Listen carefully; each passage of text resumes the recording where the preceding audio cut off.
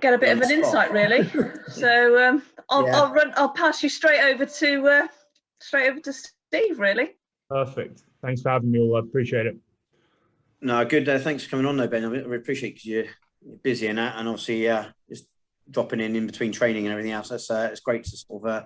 No worries at all. You actually look like you're in our office. Actually, it's like rushed upstairs, just had a shower and ready to go. So now all good. Yeah, we'll get you on one of the desks, get you working. I got a few questions. Just going to fire at you if that's all right, and just as it comes and see if that's something we can just build on and get some bit more sort of, I suppose, an understanding of yourself and a bit more about rugby as well. You know. Perfect. Let's do it. Cool, great stuff. I suppose just to start off then, what really enticed you, obviously, to become a Bear?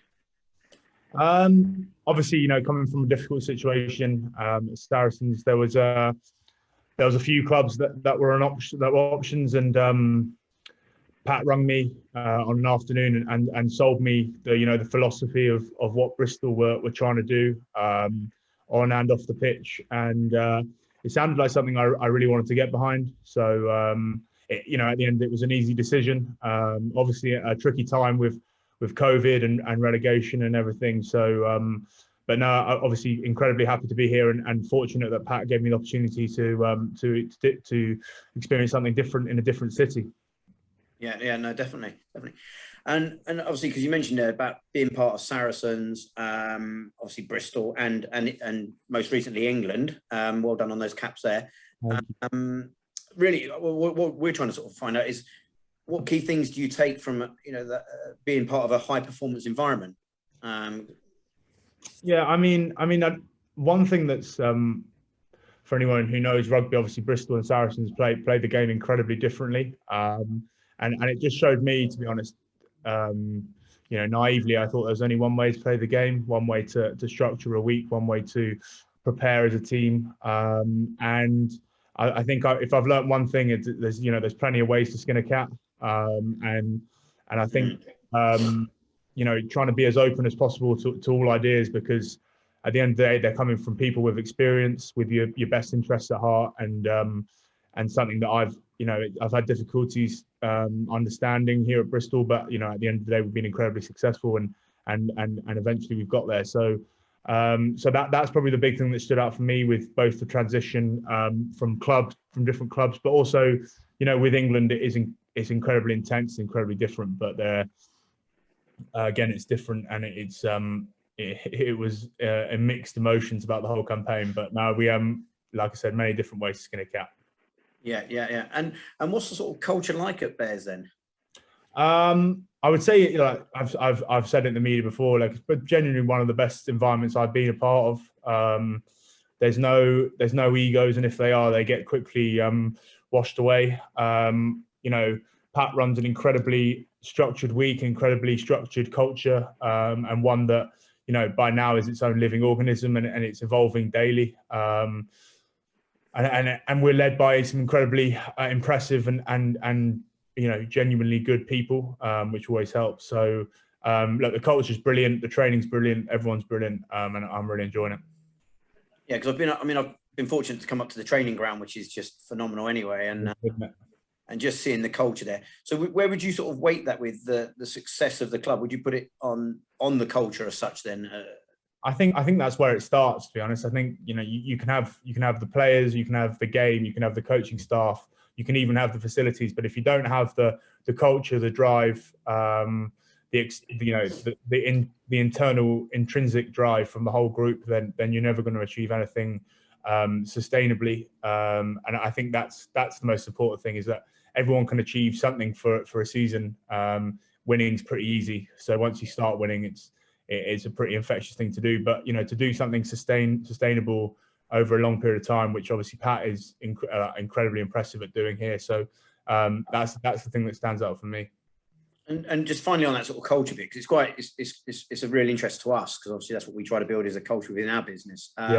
How did I suppose Pat and his team sort of keep that going throughout the whole of lockdown, where you're training independently in bubbles, and the disruption that you have as a team for Yeah, it was difficult, and I would say that like there wasn't a huge amount we could do as a team as such. But what I think everyone realised was that the time we spend together at the club, whether it's on the pitch or eating food or in the gym, like those are the times you got to really savour, because in about a couple of hours' time you're going to go back to your house and you're not going to be able to do much else. So I think that's the thing that stood out for me. And Pat was brilliant in terms of saying, look, we've got a choice to make here. We can either make excuses with the COVID situation and whatever, and say results are going our way because we're not spending enough time together, or we can really get on with it and have it as a point of difference that we make do with what we can. And we've been lucky that we went for the latter.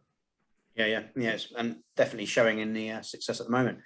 And I suppose from a personal point of view, have you got sort of anything that you're planning to do as soon as lockdown eases, sort of ideally on the 21st of June? Have you got something you're thinking, I really want to just... I'm going straight to the pub with as many people and fully blowing it. But no, it kind of coincides with the end of the season, which hopefully we're involved in. And I mean, how good would it be to have our first team get together with a trophy in hand? And I think that's where would you go from there, though? Goodness knows, I'm not in charge of that, and I'm only new to the city, so I'm leaving it in some trusted hands. But my goodness, we'll have a good night. Yeah, no, exactly. Yeah, it'd be a memorable first gathering, wouldn't it? Really will. A celebratory like that, yeah. And what sort of from taking business to rugby, what do you sort of see as similarities between the success of sport and that and business itself? I think I'm not. I've spent a bit of a time with businesses as such, but I think the big thing is that team ethos. The moment you get one person pulling in the wrong direction, or a group of people pulling in the wrong direction, or for the wrong reasons, it's very hard for that not to spread. So I think getting everyone on board and everyone buying into a single vision is something which everyone can really identify with. And I think that's again what the impressive businesses that I've seen, impressive teams and cultures that I've been, everyone pulls in the right direction, even if you're not the one getting the praise at the end of the week or the end of the game. It's about the team effort. Yeah. Bit like Pat's sort of everyone on the bus sort of scenario, isn't it? Exactly. Yeah, everyone get on. Iconic phrase now. Exactly. Yeah. Yeah. And how with that, I mean, to what level do you guys have sort of goal setting? Is it weekly? Is it monthly? Or is it just sort of It's a good question. At the beginning of the season, Pat sent it out all individually and said, get back to me with your goal for the Bristol team. And that ranged from doing the double European and league to getting something like 4 new international caps by the end of the season. So they were literally ranging from that variety. And yeah, we have those goals in mind and that, but also we do have goals in the week. Obviously the overarching goal is to be victorious, but at the end of the day, we want to put our best foot forward, and if we perform well and we train well, then there's not much else we can answer for, and we hope that the rest takes care of itself. Right. Yeah. And do you find then with those goals, is it from the players themselves and sort of self-motivation, or is it the actual overall team collective that drives that? I think it's probably 50-50, if I'm honest. I think there's no right or wrong way of doing it, but I think without the individual drive, you're not going to get the collective drive, and vice versa. Without the individual drive, without the collective drive, you're not going to be able to achieve any of the individual stuff that you want to do. So I think it's 50-50, but I think at the end of the day, everyone's got their own agendas in terms of what they want to achieve in the game or in business. But as long as that, if I play well at the weekend, then the team is pretty much going to benefit, as long as that's inside the structure of what we're trying to do. And I'm sure that's the same in your business. So that's kind of the way I see it. No, very, very, yeah. No, I like that. You summarised that really well. I'll be relaying that back. Is a key point now. Everyone pulling their own sort of weight as well. Yeah, exactly. Going back to the beginning, so obviously we were talking Saracens, the situation now, moving to Bears, and obviously most recently, as you said, the England caps and the environment there. How do you find yourself dealing with that pressure? Because it's top level pressure, isn't it? So it's how do you manage that? It is, and Pat's got a brilliant saying, which I'm going to steal with no apologies. Pressure is a privilege. you know, the reason why you've got pressure is because you've done some great work beforehand, and hopefully do some great work afterwards. But it's a privilege in the sense that there's expectation on you, and from expectation, you can only enjoy when you succeed. If you don't succeed, then you learn and eventually fail. But that's still an opportunity to get better. And like we say, it's a privilege to have that pressure on us, especially with Bristol being top of the league and another Premiership game this weekend. So, you know, these are the kind of privileges and the games and the positions you want to be in. I'm sure if you asked other clubs who are a bit further down the league where they'd rather be, I think they'd rather be in our shoes. Completely, yeah. So it's and to cope with that, do you have sort of mechanisms that you deal with as well, or do you do a certain thing? I think if you don't, like, it sounds stupid, but if you don't spend too much time thinking about it, it's not as much pressure. But like obviously you can overcook it, sort of thing. Exactly, and also if you can control what you can control. So what is that? That's how you carry yourself day to day, how you control like your nutrition, your sleep, your hydration, how you prepare for training. And that doesn't necessarily mean you're granted to play well at the weekend or win the game, but you know that when you review yourself at the end of the game, you know you couldn't have done much more. And it's so cliche, but you're trying your best, and emptying yourself in a game there's no better feeling, even if you win or lose. Yeah, with you. And then with that, so I suppose, how does Pat then bring the best out of you, bring the best out of the players? I think Pat's biggest motivator. He's a great motivator. He's a great challenger. Look, he said, like, when he first took over at Bristol, I think he said within 5 years we want to be champions of Europe. And you know, people probably sneered at that, and you know, didn't necessarily enjoy what he said there in terms of other camps. But like, you see now that big vision, and he's got big aspirations for this team, as do most of the players. So I guess that's a really exciting thing, is that everyone's really pulling in the right direction now, and we're starting to see the fruits of our labours. Nice, definitely coming good, definitely. So going into a sort of I'm just going to ask you sort of a few more rugby related questions, really, draw your brain from that side. So you touched on gaining your first England cap, obviously during the Six Nations just recently. What were your goals then for 2021? I think, you know, sort of was that. That's a good question. We obviously got capped in the Six Nations beforehand in 2020, and so I guess my big goal was on twofold. Was one, to be successful at Bristol and give everything, because you know there is a potential that I could leave at the end of the year, going back to London. So I guess that's the first thing, is to achieve something while I'm here, make a difference, and secondly, you know, try and put my stamp on the international stage a bit more. Obviously, I was finding my feet at the end of the last Six Nations, and really tried to kick on in this campaign, and I think I did so. So still waiting for that first start, but patiently and hoping it's not far around the corner. Yeah. Okay. And what was your overall, you know, your first? I suppose two questions really. First time you recall sort of throwing a rugby ball. How old were you? You know, what was that? And equally, your first memory of rugby. You know, was it a local team you saw, or was it something on television? You know, what sort of inspired you to go, rugby's for you? Good question. So my first memory of rugby, well, when I first started, I was quite old. I was about 11 or 12. I was a big cricketer beforehand, so did a lot of cricket, and I just kept growing. And I was about the same size I am now when I was 11, so that was pretty daunting. They said, "Yeah, I think you're playing the wrong sport, mate," and chucked me onto a different pitch. So that was my first big, you know, that was my first step into rugby. That was a good guide from someone, wasn't it? Yeah, exactly. Well, thanks very much, whoever that was. Yeah. And then probably my first memory of rugby was probably the sounds mental, but like the jubilation of us winning the World Cup in 2003. I remember there was a massive. I was only about 5 years old, but it was a massive party at my house. I have absolutely no idea why, but like I just remember them, and I always had the poster up in my bedroom, and I still like can recall the picture, but I had no idea who the people were until I was about 11, 12, and I was like, oh, that's pretty cool. Yeah. Now it's all making sense. Yeah, exactly. Yeah. And with the rugby nowadays, what sort of is a typical rugby day sort of for yourself?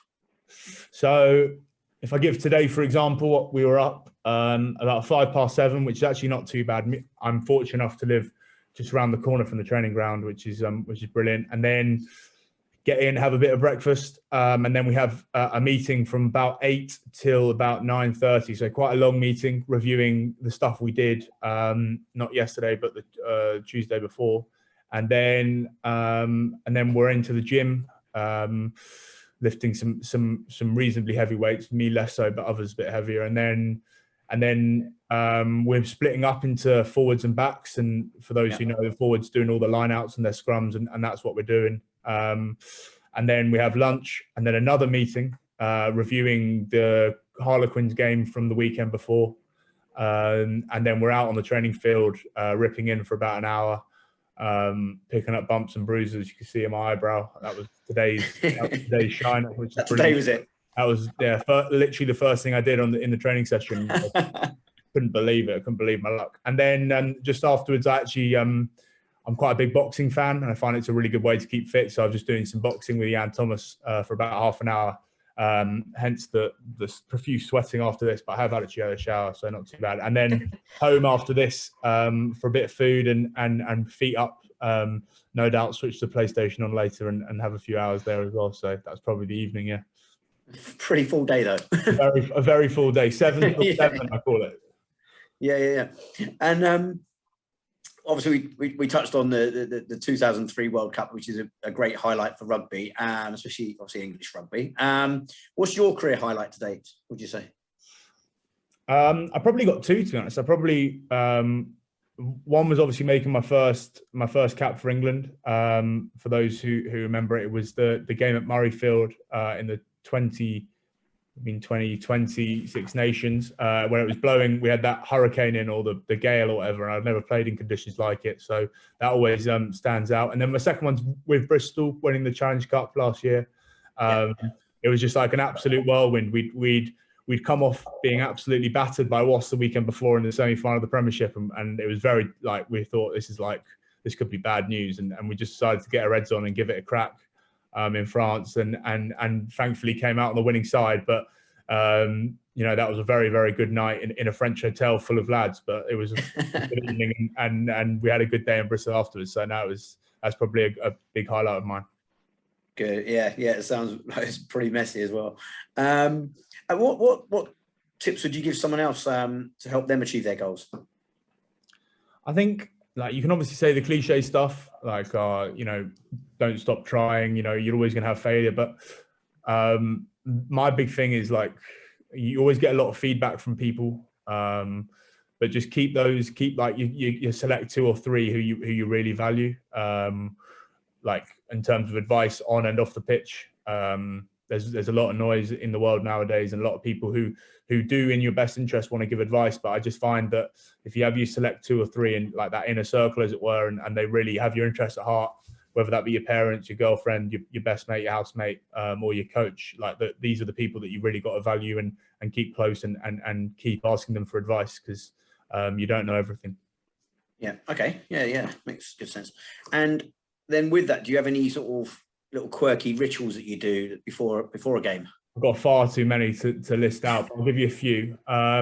Always have spaghetti bolognese night before a game. I wear the same pair of boxers. Obviously wash them between weeks, but like always have the same pair. And then before the warm-up starts, I like sitting on the bench for like 10 to 15 minutes. Usually to watch the ground fill up with the crowd, but obviously you just sit there in silence now and just watch the medics walk about, strapping people up. But like those are my 3 big ones, really.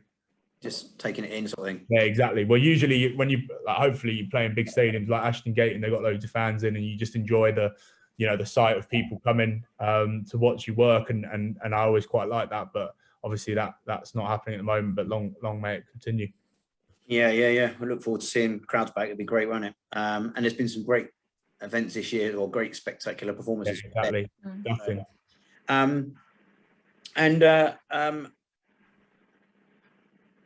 I suppose finally, sort of looking at what if you had to just sort of just grab one last bit of advice to sort of throw out there to, one of the best bits of advice that sort of sticks in your mind, what would you? I always like saying, I don't know if anyone's seen Talladega Nights, the Will Ferrell film. If you're not first, you're last, and I think that's quite that resonates quite highly with me. And I hate losing, and that's quite a nice quite a nice thing to say. When my mum messages me after a loss saying, "Oh, don't worry," that's all. I always reply that, and that shuts her up pretty quickly. But that's something I like to live by. That's not something I tell everyone, but I think it's quite a good one.